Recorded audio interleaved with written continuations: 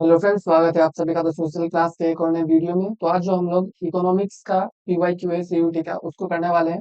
मतलब 2024 का इकोनॉमिक्स का पेपर है, इसको हम लोग आज सॉल्व करेंगे। इसमें टोटल क्वेश्चंस आपको 50 देख रहे होंगे, इस बार भी 50 क्वेश्चंस ही आएंगे।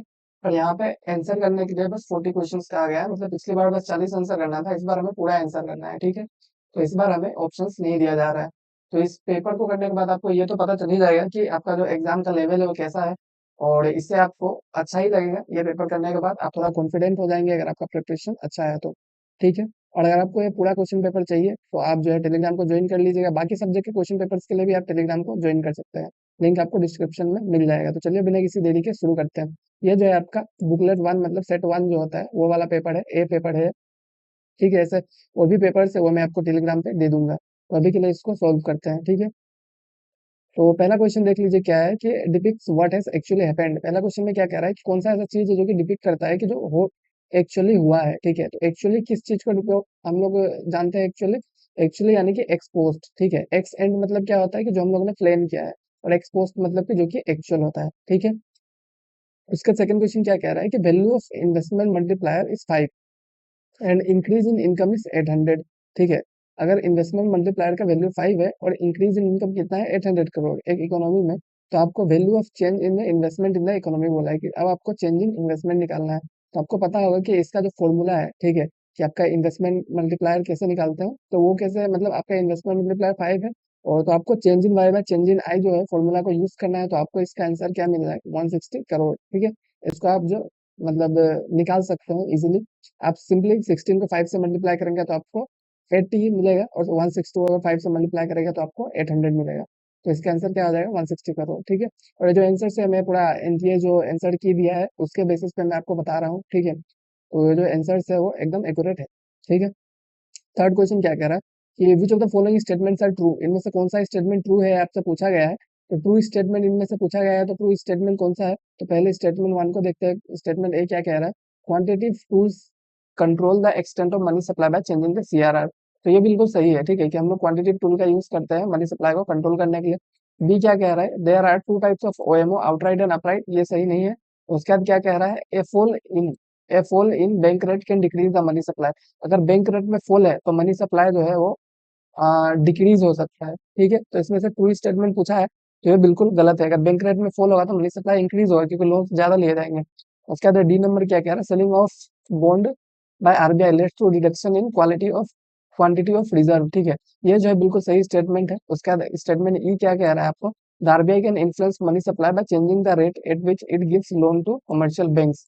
ये भी जो है बिल्कुल सही है। ठीक है, तो इसका आंसर क्या हो जाएगा, ऑप्शन नंबर 4 आपका A D and E R correct. ठीक है, उसके बाद पैराडॉक्स ऑफ थ्रिफ्ट जो है इसका मतलब पूछा गया है। ये भी एक काफी इंपॉर्टेंट टॉपिक है। ठीक है, आपको बोर्ड के एग्जाम से इंपॉर्टेंट नहीं लगेगा ऐसा आपको, पर ये जो पैराडॉक्स ऑफ थ्रिफ्ट जो है वो ऐसे नॉर्मली देखा जाए तो इंपॉर्टेंट टॉपिक है सीयूटी के बेसिस पे। ये आपका बुक का ही सिलेबस का ही है, एनसीईआरटी का बुक खोलेंगे तो आपको वहाँ पे मिल जाएगा। ठीक है, तो इसमें मतलब मैं आपको इतना सारा ऑप्शन तो मैं नहीं पढ़ के बताऊंगा, आपका बहुत टाइम वेस्ट हो जाएगा, ऑलरेडी टाइम नहीं है। तो इसका जो करेक्ट आंसर है वो क्या है, if all the people of economy increases the proportion of income they save, the total value of saving in the economy will not increase, it will either decline और रिमेन अनचेंज। मतलब simple language में बताता हूँ आपको, अगर जो है हर economy में हर कोई सेविंग करने लगेगा, ठीक है, इस एक्सपेक्टेशन से कि रिसेशन आने वाला है या फिर इकोनॉमिक डाउन होने वाला है, तो अगर हर कोई सेव करने लगता है तो इससे एक्चुअल में जो सेविंग है वो इंक्रीज नहीं होता है। इससे एक्चुअल में क्या होता है, आपका सेविंग जो है या तो कांस्टेंट रह जाता है या तो डिक्लाइन होने लगता है। क्यों, क्योंकि जब लोग सेव करने लगेंगे तो इससे क्या होगा कि इन्वेस्टमेंट कम जाएगा। इन्वेस्टमेंट कमने से क्या होगा, आपका इकोनॉमी जो डाउन नहीं भी होने वाला था वो फिर से डाउन होने लगेगा। ठीक है, तो इसलिए जो सेविंग है इसकी वजह से कभी जो है एक्चुअल में बेनिफिट नहीं होता है। फिफ्थ नंबर में क्या है आपका, मेज द फॉलोइंग है। ठीक है, तो यहाँ पे आपको मेज द फॉलोइंग करना है। तो मेज द फॉलोइंग करने के लिए आप थोड़ा सा अगर दिमाग लगाएंगे तो बहुत ही आसान होता है। जैसे कि यहाँ पे एक आप ऐसा ऑप्शन फाइंड कीजिए जिसका मतलब इंडिविजुअली अलग अलग हो। ठीक है, जैसे कि यहाँ पे देख लीजिए एक आंसर आपका मिल जाए तो भी चलेगा। ठीक है, तो ए का देख लेते हैं, बैंक रेट क्या है। बैंक रेट मतलब क्या है कि minimum rate at which funds are provided for long term. Long term के लिए जो फंड दिया जाता है उसका मिनिमम रेट को हम लोग क्या कहते हैं, बैंक रेट कहते हैं। ठीक है, तो ये कौन सा ऑप्शन में है आपका, ऑप्शन टू में ए टू है, बाकी में किसी में नहीं है, तो ऑब्वियसली इसका आंसर क्या हो जाएगा, यही हो जाएगा ए टू। ठीक है, सिक्स क्वेश्चन क्या है, विच of the following is not a function of central bank. Central bank का फंक्शन नहीं है, कौन सा इसमें आपसे पूछा गया है। तो सेंट्रल बैंक का फंक्शन क्या नहीं है, it accept deposit and loan, मतलब लोन्स देते हैं पब्लिक को। तो सेंट्रल बैंक का पब्लिक से कोई रिलेशन नहीं है, तो ये आपका करेक्ट आंसर हो जाएगा। और यहाँ पे देखिए आर्टिकल 1 और 12 डील्स विद, ये आपके बुक में नहीं दिया होगा, पर ये जो सीयूटी में जो है थोड़ा मतलब आउट ऑफ द सिलेबस भी पूछा जाता है। तो इसका आंसर क्या है आपका यूनियन बजट। आर्टिकल 1 और 12 जो है आपका यूनियन बजट से डील करता है। उसका क्वेश्चन में डेट क्या कह रहा है, all those elements which create liability and decrease the asset of government are known as, ठीक है, ऐसे एलिमेंट जो कि आपका लाइबिलिटीज को क्रिएट करता है और एसेट को कम करता है तो है आपका कैपिटल। सिर्फ लाइबिलिटी को कैसे क्रिएट करता है, अगर लोन लेंगे तो लाइबिलिटी क्रिएट होगा और साथ में डिस इन्वेस्टमेंट वगैरह करेंगे तो आपका जो क्या होगा, एसेट रिड्यूस होगा, ठीक है।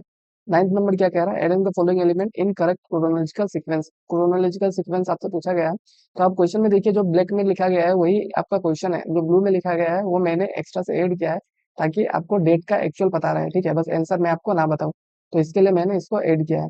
तो इसमें देख लीजिए ऑप्शन ए जो है स्मिथसन एग्रीमेंट, ये क्या है आपका 1971, ठीक है।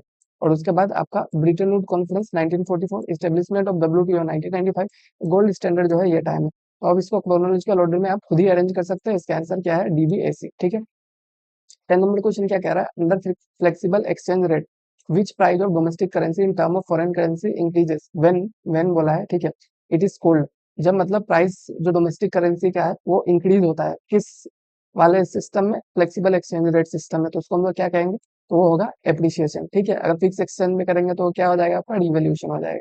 तो ये अभी के लिए क्या है, एप्रिसिएशन, ठीक है। उसके बाद 11 नंबर क्या है, मैच द फॉलोइंग है, ठीक है, इसमें मैच करना है आपको। तो आप देखिए यहाँ पे पहले तो क्या बोला गया है कि ये जो है पेग्ड एक्सचेंज रेट सिस्टम, ठीक है, पेग्ड एक्सचेंज रेट सिस्टम जो है वो पेग्ड मतलब क्या होता है आपका फिक्स एक्सचेंज रेट सिस्टम, ठीक है। उसके बाद मैनेज फ्लोटिंग जो है वो क्या होगा, डर्टी फ्लोटिंग भी कहता है। तो बी का 3 देखिए एक ही ऑप्शन में है, बी का 3 बस आपका 2 में है, तो इस तरह से आप आंसर को करेक्ट कर सकते हैं, ठीक है, बी का 3 बस 2 में है। उसके बाद 12th नंबर क्या कह रहा है, casualisation of workforce would result in, casualisation of workforce से क्या रिजल्ट आप लोगों को देखने को मिल सकता है। तो कैजुअलाइजेशन ऑफ वर्कफोर्स क्या होता है, कैजुअलाइजेशन ऑफ वर्कफोर्स मतलब कि जब आपका जो फॉर्मल सेक्टर से लोग आपका इनफॉर्मल सेक्टर में शिफ्ट होने लगते हैं उसको हम लोग कहेंगे कैजुअल वेज वर्कर्स वगैरह जब बढ़ने लगता है, ठीक है, तो इससे क्या होगा, increase in the vulnerability of the workforce, ठीक है, वर्कफोर्स जो है वो बुरे सिचुएशन के लिए वर्नरेबल हो जाएंगे, वल्नरेबल मतलब कि प्रोन हो जाएंगे, ठीक है। 13 नंबर क्या कह रहा है, choose the correct chronological sequence, ठीक है, फिर से क्रोनोलॉजिकल सीक्वेंस, इसमें भी डेट है ये जो मैंने ऐड किया है ताकि आपको कोई दिक्कत ना हो। नाबार्ड जो है 1982 में आया था आपका, एफआरबीए में क्या है, physical responsibility and budget management act, ठीक है, ये कब आया था आपका 2003 में आया था। उसके बाद थर्ड 5 ईयर प्लान और उसके बाद नेशनलाइजेशन ऑफ आरबीआई कब हुआ था, 1949 को। तो इस तरह से आप जो है खुद ही क्रोनोलॉजिकल ऑडिट को मिला सकते हैं।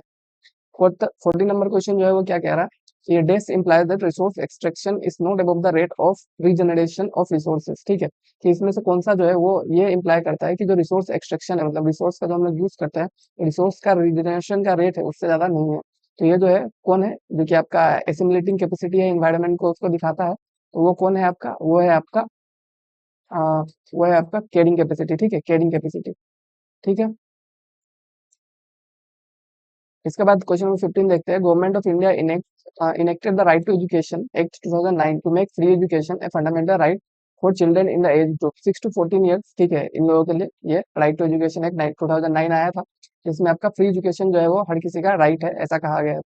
क्वेश्चन नंबर 16 क्या है, following other sources of electricity generation in India, India में इलेक्ट्रिसिटी जनरेशन के सोर्सेस दिए गए हैं आपको, arrange them in correct sequence, इनको आपको करेक्ट सीक्वेंस में अरेंज करना है। तो मैंने आपको यहाँ पे अरेंज करके डायरेक्ट दे दिया है, आप इसको देख लीजिएगा, ठीक है, इसमें कुछ इतना समझने लायक चीज नहीं है।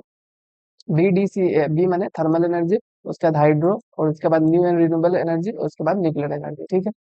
उसके बाद 17 नंबर जो है ब्लू में जो मैंने लिख दिया है और बाकी जो है वो आपका क्वेश्चन पेपर में आ रहा था, ठीक है। Arrange the following item in correct sequence, correct sequence में आपको अरेंज करना है। तो पहला क्या है, कंपटीशन एक्ट, ये कब आया था, 2002 में आया था। FEMA क्या है आपका, foreign exchange management act 1999। FERA क्या है, foreign exchange regulation act 1973। MRTP क्या है आपका, monopoly and restrictive trade policy 1969। तो मुझे जितना पता है कि आपका कंपटीशन एक्ट और MRTP के अलावा ये दोनों आपके बुक में नहीं है, तो इन सबको भी मैंने ऐड कर दिया है यहाँ पे डेट्स ताकि आपको कंफ्यूजन ना रहे। तो ऐसे क्वेश्चंस को आप इजीली मतलब शायद नहीं कर पाएंगे, पर जो आपको सही लगे थोड़ा बहुत दिमाग लगा के आप कर लीजिएगा, ठीक है, क्योंकि थोड़ा सा तो आउट ऑफ सिलेबस रहेगा ही। और इसका आप टेंशन मत लीजिए क्योंकि ये जो पेपर है वो थोड़ा सा आउट ऑफ सिलेबस बस आपके लिए नहीं रहेगा, जितने भी लोग एग्जाम दे रहे हैं सबके लिए रहेगा, तो डिफिकल्टी लेवल जो है सबके लिए इक्वल ही रहने वाला है। तो great leap forward campaign was initiated in कब हुआ था, 1958, ठीक है। तो यहाँ पे फिर से मेक द फॉलोइंग आ गया, मेक द फॉलोइंग बहुत ही ज्यादा पूछा जाता है, इनका फेवरेट है शायद मेक द फॉलोइंग। तो ऐसा क्वेश्चन में देख लीजिए, जैसे कि यहाँ पे ए में बस टू जो है एक ही बार दिया गया है, ए टू जो है एक ही बार है, ए में और कहीं पे टू नहीं है।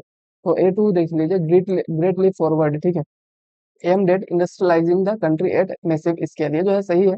ठीक है, ये एकदम सही है, तो आपका आंसर यही हो जाएगा। बाकी आप दूसरा चाहे तो मैच कर सकते हैं अगर आपको थोड़ा सा भी डाउट है। जैसे कि आप आवर कॉमन फ्यूचर क्या है, एक रिपोर्ट था जो कि ब्रुटलैंड कमीशन ने दिया था।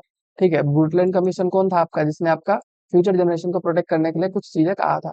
तो इस तरह से आप जो है सब कुछ को मैच कर सकते हैं, आपका आंसर जो है आपको इजीली मिल जाएगा। तो नंबर क्या कह रहा है question, second phase of green revolution कब का था, मिड 1970 टू मिड 1980। ठीक है, फर्स्ट फेज ये है आपका, सेकंड फेज ये है। और उसके बाद 21 क्वेश्चन क्या कह रहा है, during 1980 the growth rate in Pakistan improve. ठीक है, पाकिस्तान में 1980 में ग्रोथ रेट है वो इंक्रीज हुआ, उसका रीजन आपसे पूछा गया है। तो उसका रीजन क्या है आपका, पहला तो है मतलब ऐसे नॉर्मली जो है आपका गुड हार्वेस्ट जो है उसका रीजन है। हार्वेस्ट जो है वो पाकिस्तान में अच्छा होने लगा, मतलब जो फसल है उसका जो कटाई है वो अच्छा होने लगा, इसलिए उनका ग्रोथ रेट जो है इंक्रीज हुआ। 22 क्या कह रहा है, where there is unexpected rise in sales, जब मतलब सेल्स में अनएक्सपेक्टेड राइज होता है, ठीक है, तो क्या इम्पैक्ट पड़ेगा, तो देख लीजिए, there will be unplanned decumulation of inventories.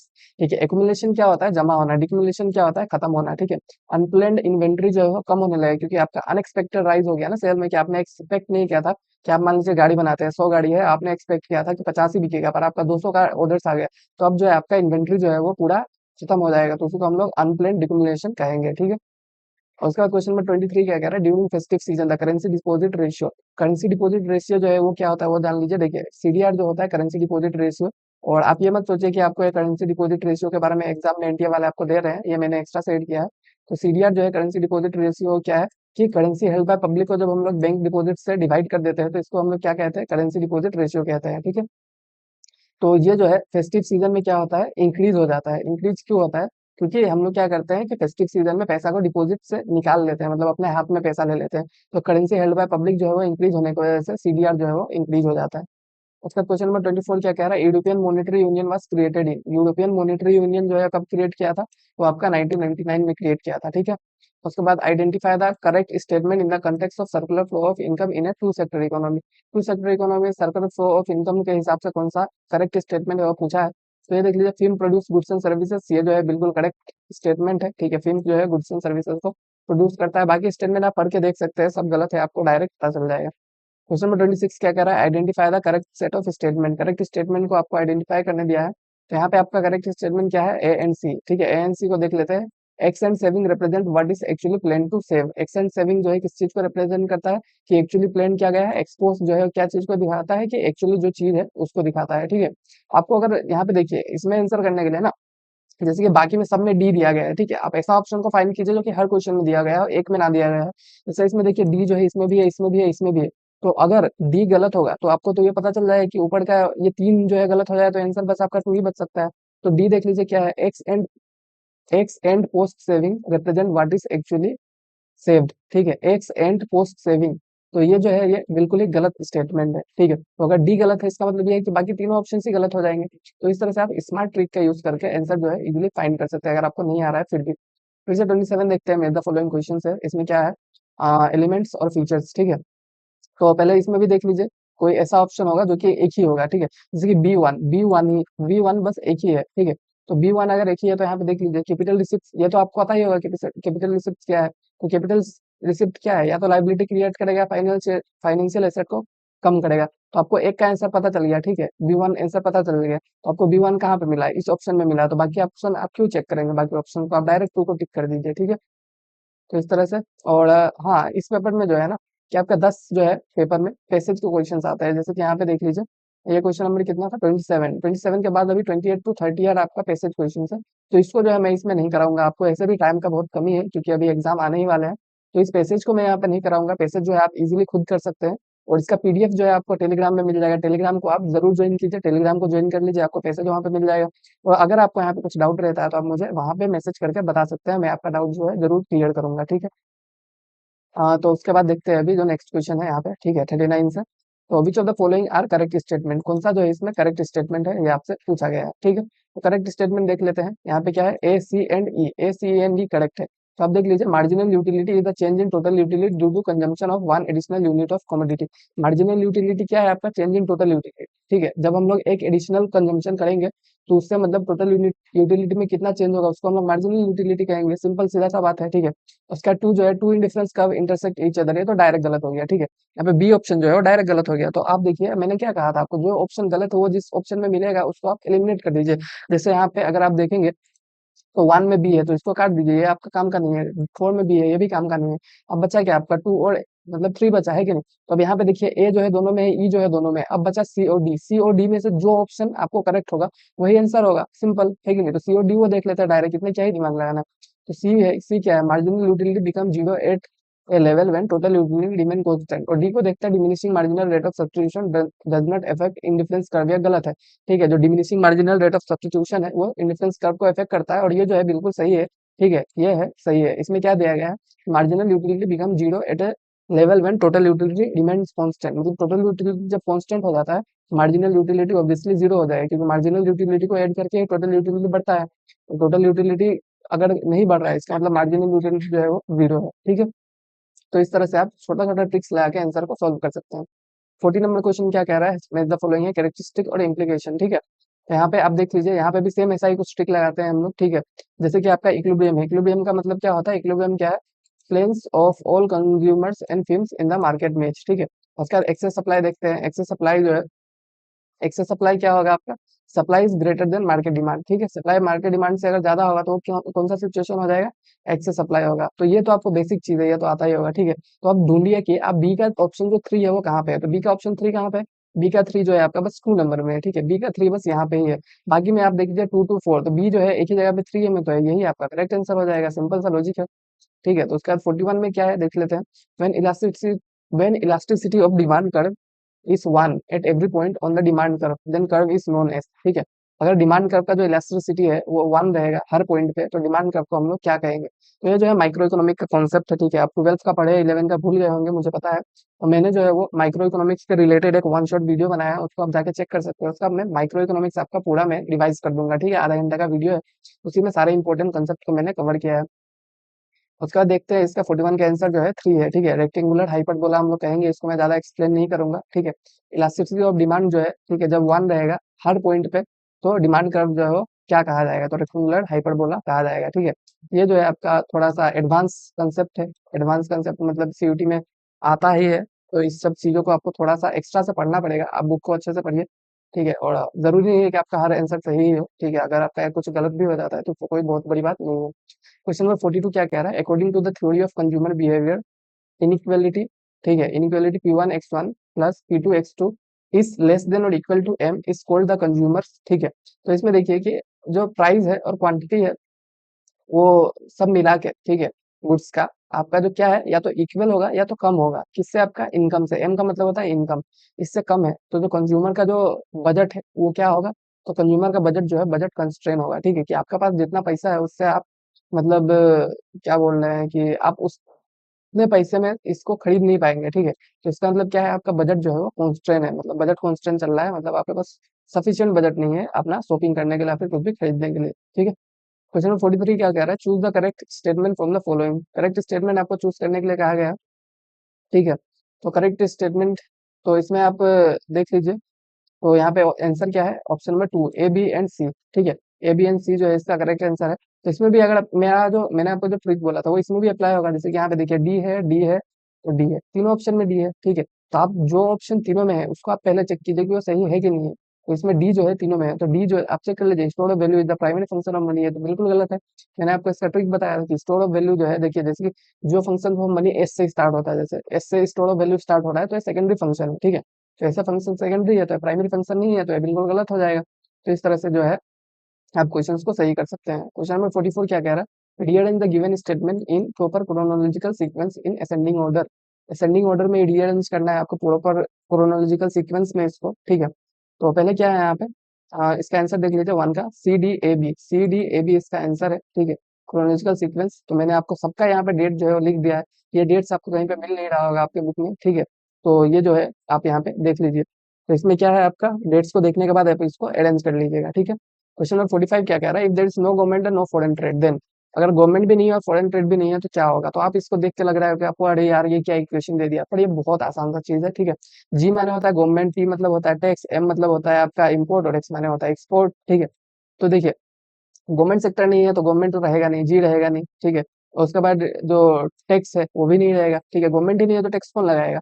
और जो एम है मतलब इम्पोर्ट, इम्पोर्ट नहीं रहेगा क्योंकि फॉरेन ट्रेड नहीं है। एक्सपोर्ट भी नहीं रहेगा क्योंकि फॉरेन ट्रेड नहीं है, तो ये सबका वैल्यू क्या हो जाएगा? जीरो के इक्वल हो जाएगा। सिंपल, वेरी इजी कॉन्सेप्ट, ठीक है। उसका क्वेश्चन नंबर 46 देखते हैं क्या है। The value of nominal GDP, ठीक है। The value of nominal GDP is $1100 and real GDP is $1000। Find the value of GDP deflator. तो जीडीपी डिफ्लेटर का वैल्यू आपसे पूछा है, तो जीडीपी डिफ्लेटर क्या होता है आपका? Nominal GDP by real GDP, तो 1.1 इसका आंसर आ जाएगा आपका। क्वेश्चन नंबर 47 क्या कह रहा है? Identify the correct statement. आपको यहाँ से करेक्ट स्टेटमेंट को आइडेंटिफाई करना है। Choose the correct answer from the given option below, ठीक है। आपको यहाँ पर से कौन सा करेक्ट स्टेटमेंट है, तो मैं पहले आपको आंसर दिखा देता हूँ। बी डी एन ई जो है करेक्ट स्टेटमेंट है, तो आप देख लीजिए, या फिर मेरा ट्रिक जो है मैंने आपको कहा था वो देख लीजिए। तो इसमें अगर देखा जाए तो सी जो है वो तीनों ऑप्शंस में आपको दिख रहे होंगे, सी सी सी, ठीक है। सी जो है तीनों ऑप्शन में है, तो सी को आप देख लीजिए सही है कि नहीं है। तो सी क्या है? Flow are defined at a particular point of time. Flow जो होता है वो आपका पर्टिकुलर पॉइंट ऑफ टाइम का नहीं, वो over a period of time होता है। तो सी सब में है, तो सी ही गलत है, तो सारे स्टेटमेंट गलत हो जाएंगे, बस आपका थ्री सही होगा। तो ये ट्रिक को आप अप्लाई करेंगे तो स्टेटमेंट बेस्ड क्वेश्चन आपका कभी भी गलत नहीं होगा, भले ही आपने कुछ भी नहीं पढ़ा हो। क्वेश्चन नंबर 48 क्या कह रहा है? If the supply of final goods is assumed to be infinitely elastic at constant price over a short period of time, aggregate output is determined solely by, ठीक है। कि if the supply of final goods is assumed to be infinitely elastic, ये जो है आपका simple सा effective demand का concept है। इसमें क्या कहा गया है कि आपका जो सप्लाई है वो फाइनल गुड्स का इलास्टिक है, पूरा इन्फिनिट इलास्टिसिटी है उसमें, ठीक है। तो जो आपका डिमांड है, एग्रीगेट डिमांड जो है वो आपका डायरेक्ट एग्रीगेट आउटपुट जो है वो आपका एग्रीगेट डिमांड जो है वो माने इक्वल होगा, ठीक है। मतलब कि जो आपका इफेक्टिव डिमांड का सिचुएशन को क्रिएट करेगा, तो इसको हम लोग क्या कहेंगे? इफेक्टिव डिमांड, ठीक है। इसको एक बार और समझा देता हूँ आपको कि supply of final goods assume to be infinitely elastic at constant price over a short period of time, aggregate output is determined only by the value of aggregate demand. तो कितना आउटपुट जो है वो एग्रीगेट डिमांड पे determine होता है। जैसे कि सप्लाई पूरा इलास्टिक है, ठीक है। कि अगर आज 10 चीज का डिमांड है, 10 गुड्स का डिमांड है, तो जो सप्लाई और 10 सप्लाई करने के लिए रेडी है। अगर ये डिमांड जो है 50 हो जाएगा तो 50 सप्लाई करने के लिए रेडी हो जाएगा। जो डिमांड मतलब जो आउटपुट है, ठीक है, कि कितना प्रोडक्शन करना है वो किस पे डिपेंड हो गया? एग्रीगेट डिमांड पे डिपेंड हो गया। तो इसको हम लोग क्या कहेंगे? इफेक्टिव डिमांड, ठीक है। क्वेश्चन नंबर 49 क्या कह रहा है? Nominal interest rate, nominal interest rate is equal to, तो नॉमिनल इंटरेस्ट रेट जो है वो real interest rate plus inflation का इक्वल होता है, ठीक है। क्वेश्चन 50 क्या कह रहा है? Value of MPS marginal propensity to save is increase from 0.4 to 0.5, what will be the impact on multiplier? अगर एमपीएस का वैल्यू इंक्रीज हुआ है तो मल्टीप्लायर पे क्या इम्पैक्ट पड़ेगा? तो एमपीएस और मल्टीप्लायर जो है इनवर्स रिलेशन में रहता है, तो अगर एमपीएस इंक्रीज हुआ है तो आपका मल्टीप्लायर जो है वो डिक्रीज होगा। सिंपल सा लॉजिक था, ठीक है। तो इस तरह से जो है आपका ये 50 क्वेश्चंस मैंने पीवाईक्यू के कर दिए। आप ये पीडीएफ को जो है वो टेलीग्राम से डाउनलोड करके अच्छे से प्रैक्टिस कीजिएगा, ठीक है। मैंने अपलोड कर दिया है, आप टेलीग्राम को ज्वाइन कीजिए, आपको इजीली मिल जाएगा। और आज के वीडियो में इतना ही। Thank you, thank you.